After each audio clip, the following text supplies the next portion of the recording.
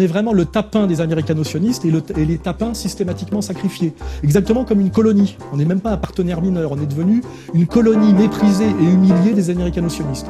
Et qu'il nous vaut d'être méprisés par tous les pays du monde maintenant qui nous prennent pour des guignols.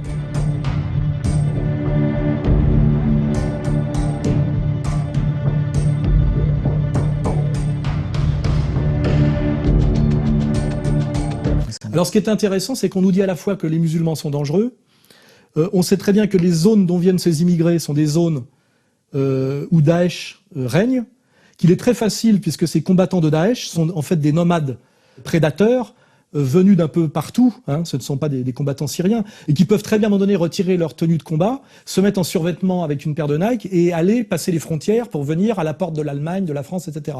Donc on prétend à la fois lutter contre le danger du terrorisme islamique, et par l'ouverture de nos frontières à toutes ces masses incontrôlables, on laisse passer, en même temps qu'on fait Vigipirate et qu'on emmerde les gens comme moi, tous les terroristes potentiels déguisés en réfugiés. Ce droit d'asile, qui dit les valeurs de la France, vous le faites vivre, accueillir avec des règles bien sûr, avec une organisation sérieuse qui s'impose, ce droit d'asile vis-à-vis de ceux qui demandent la protection, quelle que soit son origine. On ne trie pas en fonction de la religion, on accueille les chrétiens, les musulmans, les yazidis, on ne trie pas. Je pense que cette migration massive là, qui arrive en Europe, peut intéresser seulement, je dirais, l'Allemagne, parce que l'Allemagne est un pays capitaliste qui produit. Ingolstadt, la plus grosse usine d'Audi au monde, 35 000 salariés, plus de 550 000 véhicules par an. Une voiture sort de cette usine toutes les 30 secondes. Le symbole de la réussite allemande sur les marchés extérieurs, BMW, Mercedes et Audi exportent 80% de leur production. Et malgré la crise, les ventes ont encore augmenté de 12% l'an dernier. De l'industrie, de la machine-outil, des bagnoles, etc. C'est pas un pays de métier de service. Et ils ont un gros déficit de travailleurs de base à cause de leur faible taux de natalité, le plus faible d'Europe, etc. Donc le patronat allemand peut-être voir d'un bon œil cette arrivée d'esclaves. Voici peut-être les futurs techniciens ou ingénieurs de la première économie d'Europe. Les entreprises manquent de main-d'œuvre, elles lancent un appel, les migrants doivent rester. Ulrich Weber, l'un des patrons de la Deutsche Bahn, les chemins de fer allemands, gardons les plus qualifiés. Ce sont des déserteurs en réalité, c'est des gens qui au lieu de combattre dans leur pays, et au lieu qu'on les aide à combattre dans leur pays pour lutter contre Daesh, quittent leur pays comme des lâches pour venir faire les parasites dans l'Europe du Nord, aidés par des réseaux de passeurs qui sont entièrement sous contrôle et commandités par les ONG américaines, et donc c'est une volonté totale de l'impérialisme américain. Ces migrants ont quitté la côte libyenne, entassés dans une barque pour rejoindre l'Europe. Ce jour-là, leurs sauveteurs ne sont pas gardes-côtes, c'est l'équipage réuni par un couple de millionnaires. Leur fille, 19 ans, était à bord du Phoenix, elle aussi. On a sauvé 3000 personnes en 60 jours. Je ne comprends pas pourquoi les États ne peuvent pas faire la même chose. We've also just found this as well, which is quite interesting. It's a guidebook for those coming over the water here. Inside are maps, an idea of the route people need to take, of reception centres, and then it's all in Arabic, of course, but at the front are websites and phone numbers for the Red Cross, for example, and other agencies that might be able to help people along their way. Ça se fait pas tout seul, hein. Ces migrations ultra-massives, hein. C'est organisé, et c'est organisé essentiellement par les Américains. Alors et dans l'intérêt des Américains et d'Israël. Je vais vous dire pourquoi. La crise chinoise, en ce moment, va avoir des conséquences terribles sur les États-Unis qui sont déjà en crise. Les Chinois, pour dégonfler leur bulle et revenir à un État capitaliste un peu mieux équilibré, en ce moment, ils vont dégonfler la bulle. Et donc, en fait, on est dans un monde avec trois puissances concurrentes, les États-Unis, l'Europe et la Chine. Les États-Unis, qui sont une puissance déclinante, ne peuvent pas s'en prendre à la Chine. C'est un ennemi et un concurrent hors d'atteinte. Mais par contre, ils peuvent freiner leur effondrement en détruisant l'Europe, hein. Alors c'est déjà par le TAFTA, par le traité transatlantique, mais aussi par cette immigration massive qui, par exemple en France, ne peut produire que du chaos social et économique. Nous sommes dans un pays désindustrialisé, avec un chômage de masse et déjà une immigration incontrôlée, et que les Français ne supportent plus, avec en plus des médias qui leur forcent à identifier immigration et islam. Donc vous voyez que là, il y a une vraie stratégie d'effondrement, on va dire en gros, de l'Europe, dont seule, à la limite, l'Allemagne tirera peut-être son épingle du jeu. Hein, voilà. Et encore, à court terme. Les preuves le montrent, il s'agit bien d'un incendie criminel. Dimanche matin, les flammes ont ravagé ce gymnase situé dans la petite ville allemande de Wertheim. Le bâtiment était destiné à accueillir quelques 400 migrants d'ici peu, mais il est désormais totalement inutilisable. L'incendie a été déclenché volontairement après la livraison de 300 lits pour les futurs occupants. Et donc là, je pense que la vraie stratégie, c'est ça. Cette opération de migration massive est voulue par l'Empire américain et est la conséquence directe de la crise financière chinoise dont les premières victimes vont être l'économie américaine. Vous voyez, c'est comme ça que ça se passe. La Chine réajuste son capitalisme en dégonflant une bulle. La première victime, c'est les États-Unis. Les États-Unis, ne pouvant pas s'en prendre à la Chine, dans une espèce de relation triangulaire, tapent sur l'Europe par cette immigration, qui est d'ailleurs la phase 2 d'une stratégie, puisque ces migrants bougent de territoires qu'eux-mêmes ont détruits totalement. Destruction de l'Irak, destruction de la Libye, destruction de la Syrie. Là, si on veut avoir une vision globale, c'est la phase 2 d'une stratégie américano-sioniste. Et pourquoi je dis sioniste? Parce que de vider de ses forces vives, si vous regardez bien, une partie de l'Irak, la Syrie, le Liban, on va y venir demain par une nouvelle révolution colorée qui arrive, c'est préparer la purification ethnique par la fuite de migrants.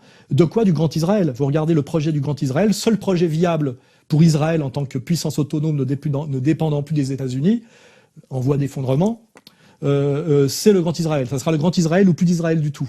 Or, tout ça concourt aujourd'hui, ce qui se passe en ce moment et que nous subissons, que nous prenons en pleine gueule, à retarder l'effondrement de l'Empire américain et à favoriser, la mise en place, on va dire, démographique du Grand Israël. Parce que le Grand Israël se frappe de deux manières. Un, parce que nous appellerons l'armée israélienne à pacifier Daesh. Nous mandaterons Israël pour ça. Il fera des guerres défensives, comme il fait à chaque fois, qui sont des guerres d'augmentation de territoire. On l'a vu dans toutes ces guerres. Toutes ces guerres sont des guerres soi-disant défensives, de conquête de territoire. 48, 67, 73. Et là, effectivement, ils arriveront sur des territoires occupé par Daesh, qui est un guignol sous contrôle américano-sioniste, en réalité fait de voyous, d'islamo-racailles, comme je l'ai toujours dit, au service d'islamo-sionistes.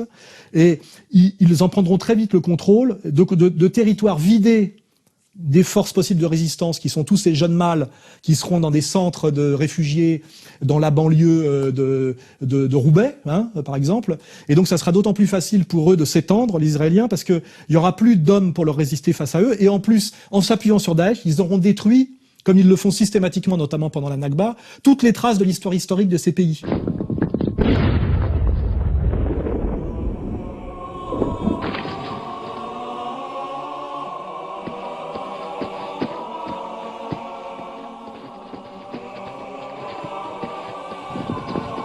Ethnic cleansing is an ideology that wants to get rid of one ethnic group in its entirety from the place where it lives. The second stage of ethnic cleansing is to erase these people from the place's history.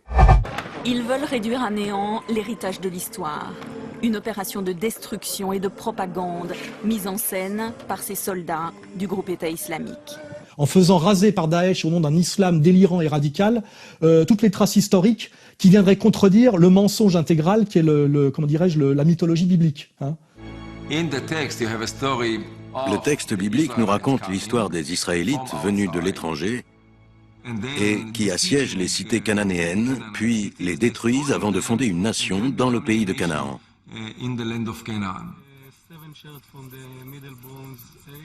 Mais l'archéologie nous dit exactement le contraire. D'après les fouilles, l'essor d'Israël est une conséquence de l'effondrement de la société cananéenne. Il n'en est pas la cause. Toute l'histoire biblique est un projet politique, certes, une mythologie, mais une escroquerie historique.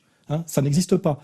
Donc la stratégie d'Israël, c'est toujours de détruire les histoires moyen-orientales qui montreraient qu'en fait, les Juifs n'ont aucune histoire dans la région. Aucune histoire glorieuse ou grande qui aurait valu qu'elle soit racontée par des scribes égyptiens, assyriens ou babyloniens. Le premier manuscrit de la Mer Morte date quand même d'au moins 3 siècles après l'exil babylonien. Et en l'absence de textes plus anciens, certains historiens affirment que la Bible tout entière n'est que pure fiction. Ils mettent en doute l'existence même d'Israël et des Israélites. Pour les révisionnistes, ces grands sceptiques, l'ancien Israël n'a pas existé. C'est une création intellectuelle.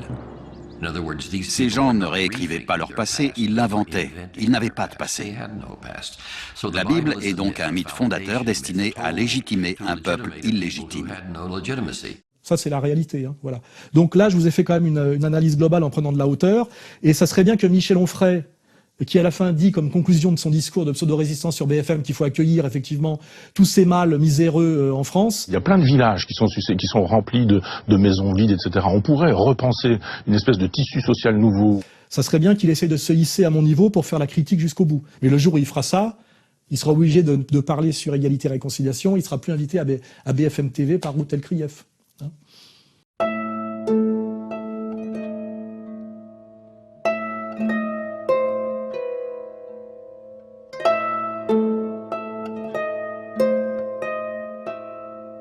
Alors c'est comme le début de la crise syrienne. Hein. Il y a une colère légitime d'étudiants libanais à cause d'une crise sanitaire due à la corruption et à l'effondrement de l'État libanais qui ne s'est jamais remis en fait de la guerre civile qui est la conséquence directe de son voisinage avec Israël. Hein. C'est au cours de l'invasion israélienne que ma conscience s'est éveillée. J'ai vécu toute cette période à Beyrouth.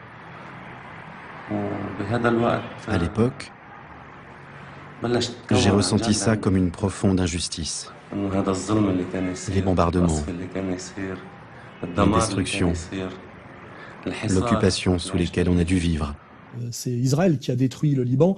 Tous les Libanais que j'ai rencontrés, y compris les anciens pro-Gemayel qui ont fait le sale boulot, savent effectivement que la pire chose qui soit jamais arrivée au Liban, qui était la Suisse du Moyen-Orient, c'est d'être un voisin d'Israël et en même temps une puissance bancaire, un pays très développé et multiconfessionnel. Le Liban est une introduction privilégiée à l'histoire plurimillénaire du Proche-Orient. Au carrefour des influences historiques, il fait la jonction entre l'Orient et l'Occident méditerranéen, qui ne cessent de communiquer et d'échanger depuis la plus haute antiquité. C'est le seul pays qui a pu intégrer 17 communautés religieuses. Une juive, 6 chrétiennes rattachées à Rome, 5 musulmanes sunnites, chiites, druzes, alaouites, ismaéliens. Les églises catholiques font bon ménage avec les nombreuses mosquées, temples et lieux de culte. C'était un exemple, un rival et un exemple possible, vous voyez.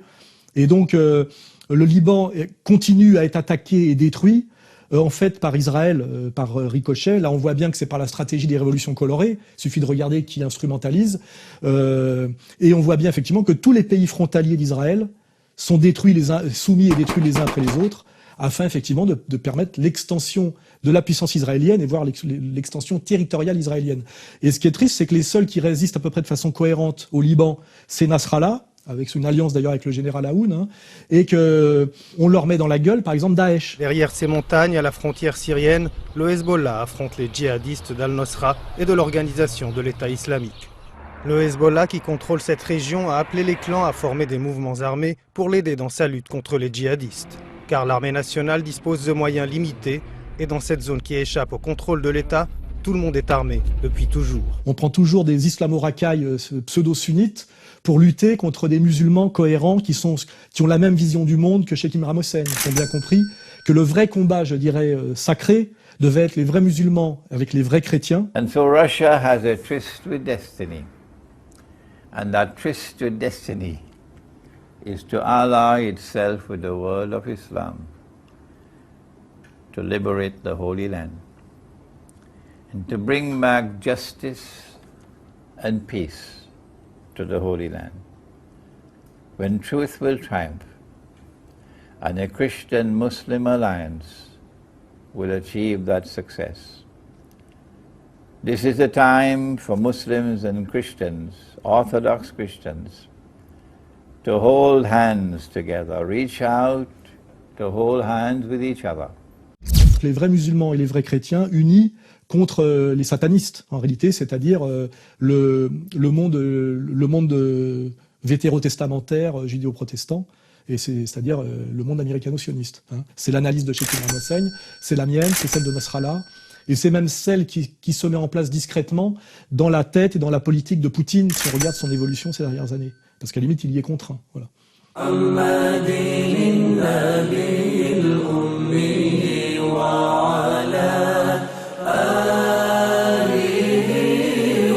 وصحبه وسلم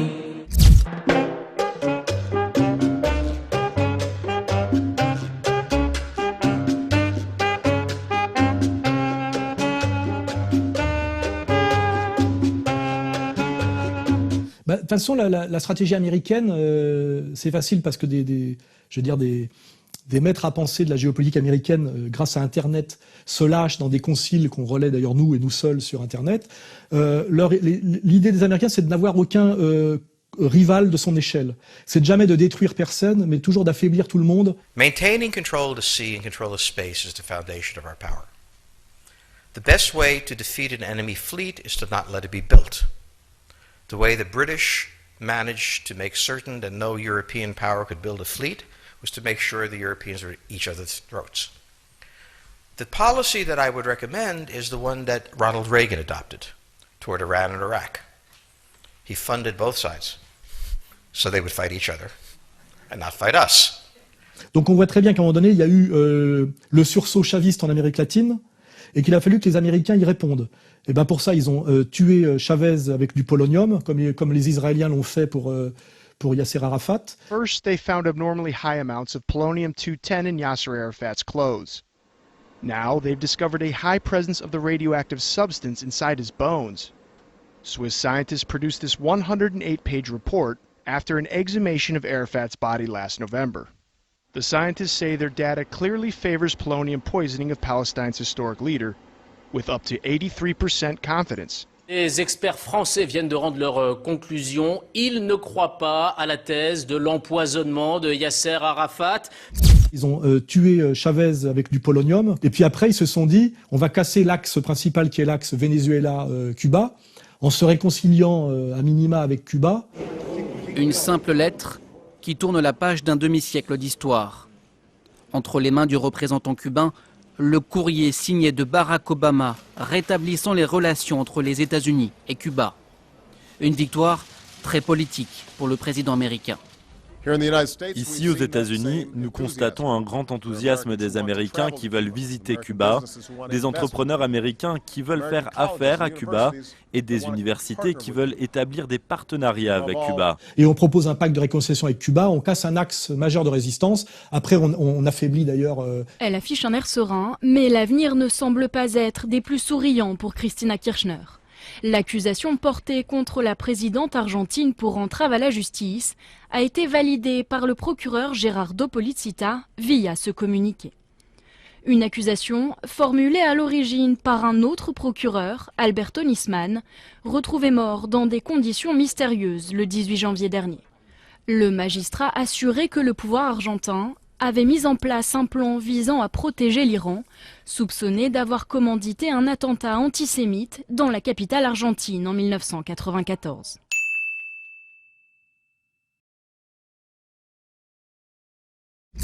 Oui, voilà, des autres pays pour casser ce que Chavez avait mis en place. De même, les Américains travaillent à un équilibre par la destruction systématique équilibrée des sunnites et des chiites au Moyen-Orient. Donc quand ça va un peu trop loin, au-delà même des intérêts immédiats israéliens, là pour une fois les Américains n'ont pas suivi les intérêts israéliens. C'est une visite hautement controversée que Benjamin Netanyahou vient d'entreprendre à Washington. Un voyage qui n'a pas reçu l'aval des États-Unis.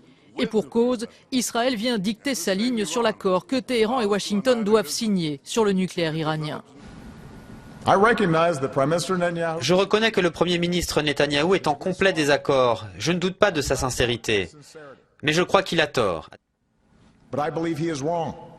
C'est intéressant à faire remarquer. Ils se sont réconciliés avec l'Iran parce qu'ils n'ont aucune raison d'être fâchés avec l'Iran.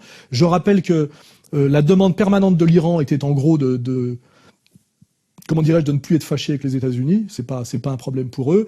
Ils ont une longue histoire à travers l'époque du Shah d'Iran de pacte de coopération totale avec les Américains.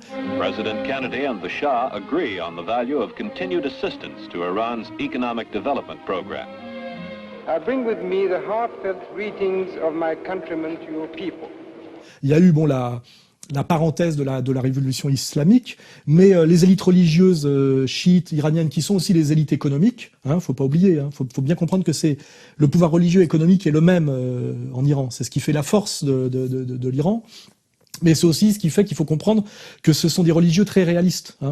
Et en fait, ils ne souhaitaient qu'une réconciliation avec les États-Unis qui acceptent qu'ils soient une puissance régionale. L'Iran est un peu au monde, je dirais, eurasiatique, ce que la France est est au monde occidental, hein, une puissance régionale fondamentale, mais qui ne peut jamais être une puissance première. Vous voyez, c'est un peu on a un destin commun, enfin un destin parallèle. Voilà. Et en fait, les Américains n'ont aucune raison d'empêcher l'Iran d'exister localement et de revendiquer simplement d'arrêter qu'on les détruise et qu'on les harcèle et qu'on leur fasse des embargos, justement parce que ça permet effectivement de contenir un peu Daesh, qu'ils ont aidé au départ mais qu'ils ont un peu de mal à contrôler. L'Iran est tout simplement incontournable dans cette région du monde. Regardez, malgré les sanctions, l'Iran est déjà engagé militairement au Yémen. Il est également engagé en Irak, où il lutte contre l'un de nos ennemis, le groupe État islamique. Il est aussi engagé en Syrie, où là il soutient plutôt l'un de nos ennemis, le président Bachar el-Assad. Et c'est d'ailleurs ce qui inquiète les autres pays de la région. L'Arabie saoudite, mais aussi Israël. Avec la levée des sanctions, l'Iran va récupérer d'ici un an un trésor de guerre de 130-150 milliards de dollars. Et pourquoi faire? Et effectivement, ça agace un peu Israël, mais tous les experts militaires américains et même israéliens savent très bien, malgré les délires de ce gros port de Netanyahou, que l'Iran n'a jamais eu l'intention d'attaquer Israël, et que l'utilisation de la bombe atomique dans un périmètre aussi réduit est absurde, puisque on ne peut pas, comme nous l'a bien expliqué Tchernobyl, arrêter la contamination radioactive. Est-ce qu'on a constaté quelque chose au-dessus de la France? Non, parce que les vents ne vont pas dans cette direction-là, les vents tournent dans le sens inverse des aiguilles d'une montre. Il n'y a pas lieu du tout de s'inquiéter, c'est sans aucun danger pour la santé publique. 20 ans plus tard, la France découvre sur son territoire, en particulier en Corse, la présence de malades atteints de cancer de la thyroïde. Donc personne ne peut utiliser une bombe atomique dans la région pour un combat régional. Et il faut bien comprendre, comme l'ont dit beaucoup d'experts militaires off the record, que les bombes atomiques qui sont dans les sous-marins israéliens offerts gratuitement par la technologie allemande sont tournées vers les capitales européennes. What's incredible about this is why doesn't the US, my country, I've also got a British passport as well. Why don't we talk about what Israel is doing with regard to all those nuclear weapons and how Israel had threatened European capitals? If you look at the background of this, Israeli military researcher, historian Martin van Crayfeld had actually threatened European cities with annihilation with those 200 to 400 nuclear weapons that Israel reportedly has. En disant si vous nous lâchez, on fait tout péter. En fait, les Israéliens nous menacent, nous, avec leurs forces atomiques. Ils ne peuvent pas se permettre de tirer une bombe atomique sur le Liban, la Jordanie ou quoi que ce soit. Il suffit de regarder la profondeur stratégique d'Israël et la région. Voilà. Donc en réalité, de vouloir détruire l'Iran sous prétexte que l'Iran menaçait atomiquement Israël est un mensonge et du théâtre Netanyahou, qui n'est validé ni par les élites militaires israéliennes, ni par les élites et les experts américains. C'est pour ça qu'il n'y avait aucun problème, finalement, pour que l'Amérique se réconcilie avec l'Iran. Ce qui est dommage, c'est que nous, on nous avait demandé, en tant que bons chiens d'attaque et bons chiens soumis à l'impérialisme américano-sioniste, d'être en pointe sur ce combat anti-iranien. Il est le premier à avoir pris la parole devant la presse. Laurent Fabius a annoncé que l'Iran et les 6 puissances mondiales n'étaient pas tombés d'accord. Pourtant, les négociations ont été intenses durant 3 jours et l'optimisme s'est même mis à gagner toutes les parties. Alors sur quoi les discussions ont achoppé? Pour la presse iranienne et certains diplomates français, Laurent Fabius s'est opposé à un accord. Ce qui nous a valu de perdre le marché Peugeot, etc., de perdre sans doute le marché atomique. C'était nous qui avions fourni l'atome du temps du Shah. On avait un peu la main sur le destin atomique civil de l'Iran. Et que la conséquence de tout ça, c'est qu'on a fait le tapin et le sale boulot. Et que les Américains se sont réconciliés dans notre dos avec les Iraniens et qu'on va perdre tous nos marchés en Iran. Et passer pour des merdes. L'accord sur le nucléaire à peine signé, des délégations européennes se sont précipitées à Téhéran. Peugeot pourrait bien payer pour la position trop intransigeante de la France dans les négociations nucléaires, aux dépens d'un autre partenaire, l'Allemagne. C'est exactement comme l'histoire des frégates avec Poutine. On tapine pour les Américains, on perd nos marchés, on se discrédite comme partenaire non fiable, ce qui est très grave normalement sur les marchés d'armement. Et puis en douce, les Américains, eux, font des deals, ils font du business avec les Russes sur tout ce qui est orbital, etc. Donc on est vraiment le tapin des américano-sionistes et les tapins systématiquement sacrifiés. Exactement comme une colonie. On n'est même pas un partenaire mineur, on est devenu une colonie méprisée et humiliée des américano-sionistes. Et qu'il nous vaut d'être méprisés par tous les pays du monde maintenant qui nous prennent pour des guignols. Tout d'abord, je vais être franc avec vous. Personne ne prend plus au sérieux les déclarations des responsables français. Pour une simple raison, c'est que la France est devenue en quelque sorte un satellite de la politique américaine dans la région. Elle n'est pas indépendante et n'a aucun poids. Elle n'a plus aucune crédibilité.